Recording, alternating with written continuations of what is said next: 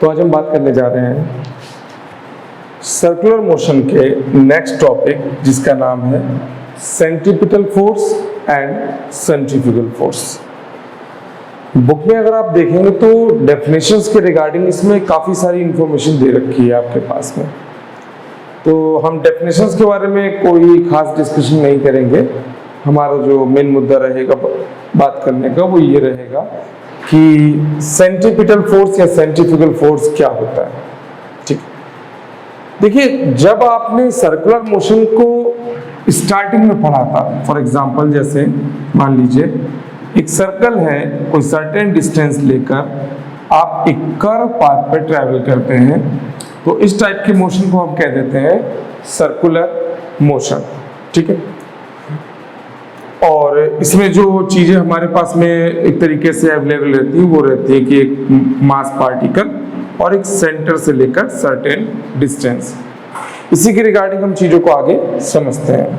तो कल हमने जो डिस्कशन किया था angular displacement, angular acceleration and velocity and all के बारे में, तो उसी से अब एक टर्म एसोसिएट होकर बन के आता है जिसका नाम है सेंट्रीपिटल और सेंट्रीफ्यूगल फोर्स। जरा इसकी डेफिनेशंस को ध्यान से समझिएगा जो मैं बोल रहा हूँ। Centripetal force and centrifugal force, नाम से ही समझिए सेंटर अराइज कर रहा है, यानी कोई ऐसा फोर्स जो कि किसी पार्टिकल के सर्कुलर मोशन में सेंटर से रिलेटेड हो, मतलब उसका अपीयरेंस सेंटर के रिगार्डिंग हो, वो सेंटर पे अपीयर कर रहा हो, तो इस टाइप के मूवमेंट को हम कह देते हैं सेंट्रीपिटल या सेंट्रीफ्यूगल फोर्स। आगे और डिटेल में समझ लेते हैं। जब कोई पार्टिकल किसी सर्कुलर पाथ पे मूव करता है, तो जो पार्टिकल मूव कर रहा होता है तो उसको ये अपीयर होता है कि उसको इनवर्ड डायरेक्शन में due to acceleration inward direction में एक फोर्स अराइज हो रहा है, एक फोर्स लग रहा है जिसको कहा जाता है सेंट्रीपिटल फोर्स। मतलब अगर एक पार्टिकल जो कि यहां पर सिचुएटेड है, जिसका मास सर्टेन कोई भी है, वो अगर सर्कुलर पाथ में मोशन करता है और एक सर्टेन वेलोसिटी को गेन करता है, तो उसके ऊपर वेलोसिटी के जो दो कंपोनेंट डिवाइड होंगे, उनमें से एक कंपोनेंट आपका इस डायरेक्शन में वर्क करेगा और दूसरा कंपोनेंट आपका इस डायरेक्शन में वर्क करेगा। तो जो वेलोसिटी का कंपोनेंट इनवर्ड डायरेक्शन सेंटर की तरफ वर्क कर रहा है, तो उसकी वजह से ये अपीयर होगा कि यहां पर एक फोर्स प्रोड्यूस हो रहा है, यानी एक फोर्स इसको अंदर की तरफ लेके जा रहा है। लेकिन एक्चुअल में इस फोर्स के रिवर्स में, या यूं कह सकते हैं मतलब थर्ड लॉ ऑफ न्यूटन, अगर कोई फोर्स किसी एक डायरेक्शन पर अपीयर करता है या अराइज करता है, तो उतना ही अमाउंट का फोर्स उसके अपोजिट डायरेक्शन में भी अराइज करेगा। मतलब अगर कोई पार्टिकल किसी एक डायरेक्शन में फोर्स का एक्सपीरियंस कर रहा है, तो उतने ही अमाउंट का फोर्स उसको रिवर्स डायरेक्शन में भी मिलेगा। ऐसे समझ लीजिए कि जब आप किसी दीवार पे पुश करते हैं, कोई फोर्स अराइज करते हैं, तो जितना फोर्स आप अपने तरफ से दीवार पे लगा रहे हैं, उतना ही फोर्स दीवार भी आपके ऊपर लगाएगी। यानी एक फोर्स जिसका एक्सपीरियंस इनवर्ड डायरेक्शन में है, उसके अपोजिट डायरेक्शन में भी सेम फोर्स अप्लाइड होता है, और वो फोर्स कहां पर होता है? आउटवर्ड, सेंटर से बाहर की तरफ। सबसे खास बात यह है कि ये दोनों फोर्स एक दूसरे के बराबर, यानी इनका मैग्नीट्यूड जो है वो क्या है? इक्वल है, सेम है। तो दोनों फोर्स एक दूसरे के बराबर हैं, तो जो वैल्यू सेंट्रीपिटल फोर्स की निकल के आती है मैथमेटिकल टर्म्स में, वही वैल्यू आपकी सेंट्रीफ्यूगल फोर्स की निकल के आती है। आप जानते हैं अच्छे से, ऑलरेडी हम लोगों ने डिस्कस किया है क्या? Angular acceleration. एंगुलर एक्सेलरेशन आप लोगों को शायद याद होगा लास्ट वाली वीडियो में, angular acceleration is equal to v square by r, v square by r। अब देखिए जरा, एक फोर्स का अरेंजमेंट जो कि सेंटर के अराउंड हो रहा है, कहां हो रहा है? सेंटर के अराउंड। तो बेसिकली हम फोर्स को कैसे इंट्रोड्यूस करते हैं? Force is equal to mass of that particle multiplication with the acceleration towards the direction of applied force. तो इस टाइम पे जो अपीयरेंस हो रहा है वो इन्वर्ट हो रहा है, यानी अगर हम चाहें तो इस एक्सेलरेशन की वैल्यू जो कि एंगुलर फॉर्म में रिलेटेड है, अगर इसको पुट करते हैं तो F is equal to m into v square by r, that is equal to mv square upon r। तो ये जो फोर्स निकल के आता है आपका, this is called centripetal force. एक खास बात और, सेंट्रीपिटल फोर्स और सेंट्रीफ्यूगल फोर्स दोनों ही मैग्नीट्यूड में सेम रहते हैं, बट डायरेक्शन के रिगार्डिंग दोनों अपोजिट रहते हैं, यानी एक दूसरे के अपोजिट रहते हैं। अगर ऐसा क्यों हो रहा है, अगर इसको हम डिटेल में थोड़ा सा समझना चाहें तो आप ऐसे समझ सकते हैं कि फॉर एग्जाम्पल मान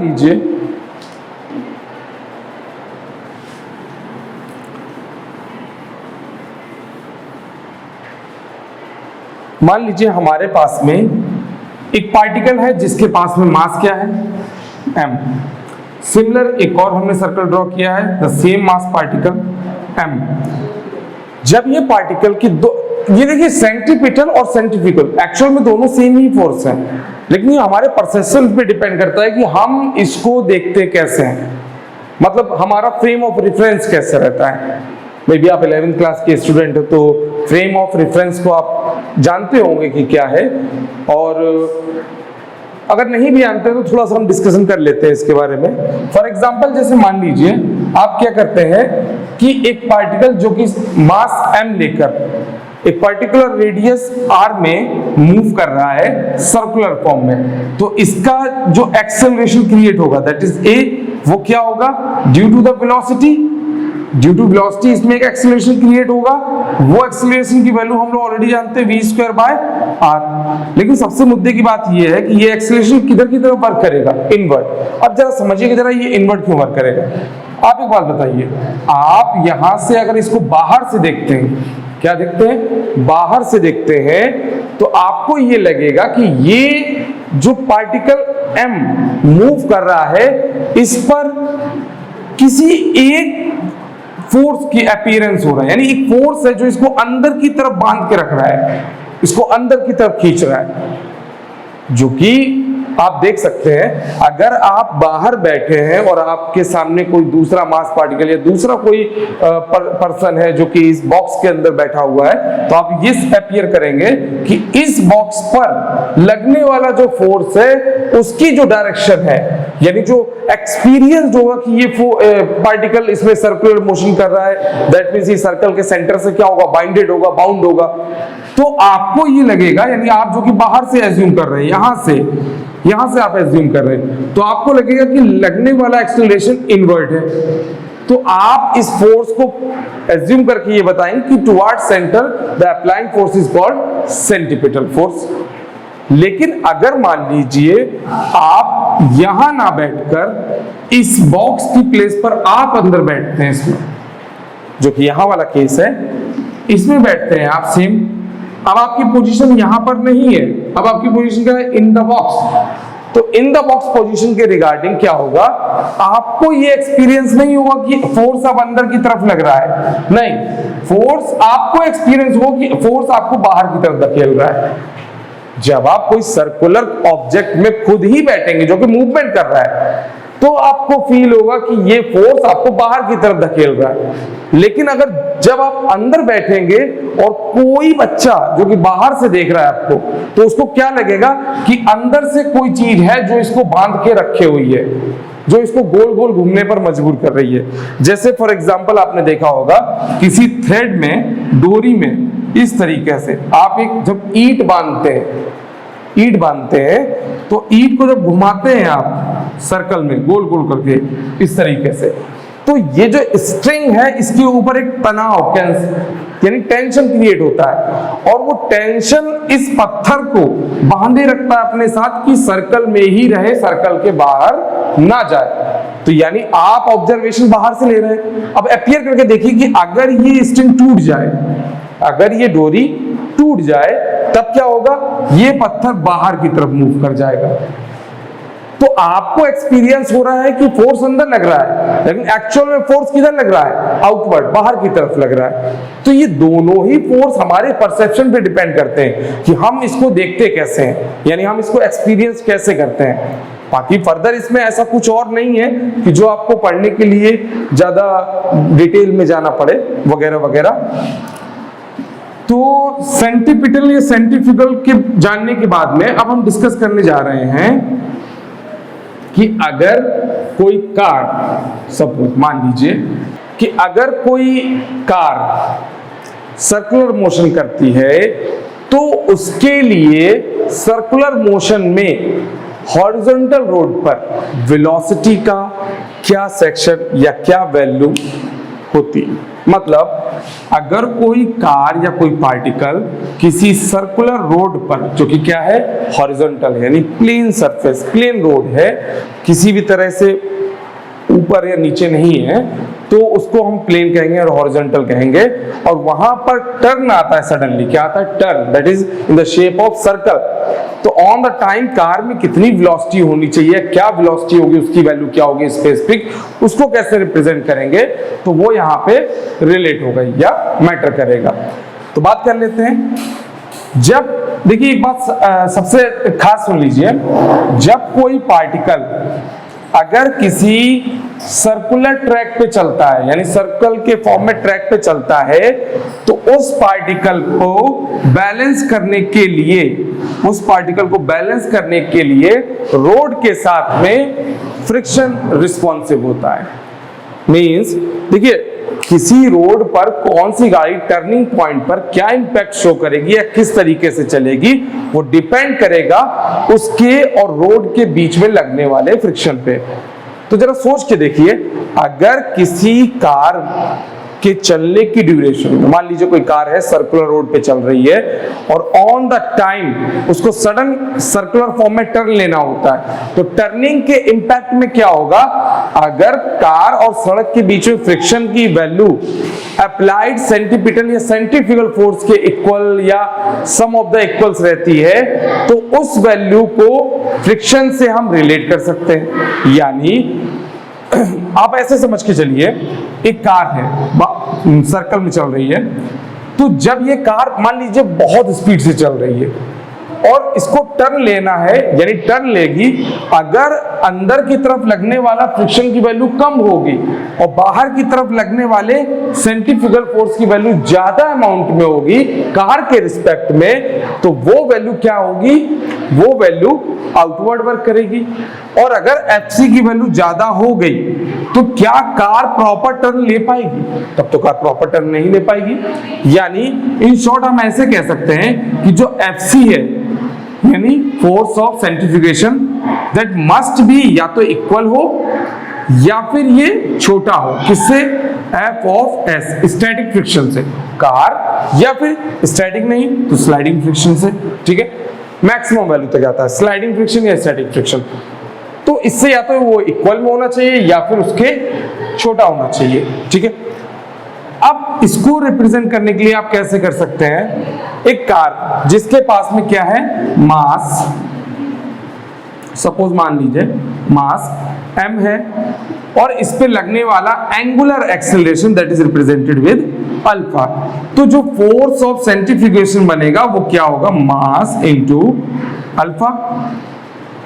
आप जानते हैं एंगुलर एक्सेलरेशन की वैल्यू कितनी होती है, mv² upon r, this is the value of f of c। ठीक है, यानी इस वैल्यू को या तो इससे कम होना चाहिए या तो इसके बराबर होना चाहिए। दूसरी बात, जो हमारा टर्म फ्रिक्शन फोर्स है, that is f of s is equal to mu r, क्या होगा, म्यू r। अब एक बात बताइए मुझे, R जो होगा आपका, R किसके इक्वल होता है, जितना भी इस कार का जो मास होगा वो डाउनवर्ड वर्क करेगा, यानी वेट को प्रोड्यूस करेगा, और वेट की वैल्यू कितनी होगी, mg, और इस mg के अपोजिट डायरेक्शन में अपवर्ड में क्या लग रहा होगा, एक नॉर्मल रिएक्शन क्रिएट होगी। आप जानते हैं अच्छे से कि नॉर्मल रिएक्शन की जो वैल्यू होती है फ्रिक्शन के टर्म में, वो लगने वाली वेट फोर्स के इक्वल होती है, यानी जो वेट की वजह से जो फोर्स क्रिएट हो रहा है उसके बराबर होती है। तो इन शॉर्ट आप ऐसे भी लिख सकते हैं mu mg that is fs। Suppose मान लीजिए ये क्या है आपकी इक्वेशन 1 और ये क्या है आपकी इक्वेशन 2। इन दोनों इक्वेशन को हम क्या करेंगे, इस फॉर्मेट में जो कि हम एज्यूम करके चल रहे हैं उसमें पुट कर देंगे। दैट इज आप लेट करके चलिए fc is equal to fs।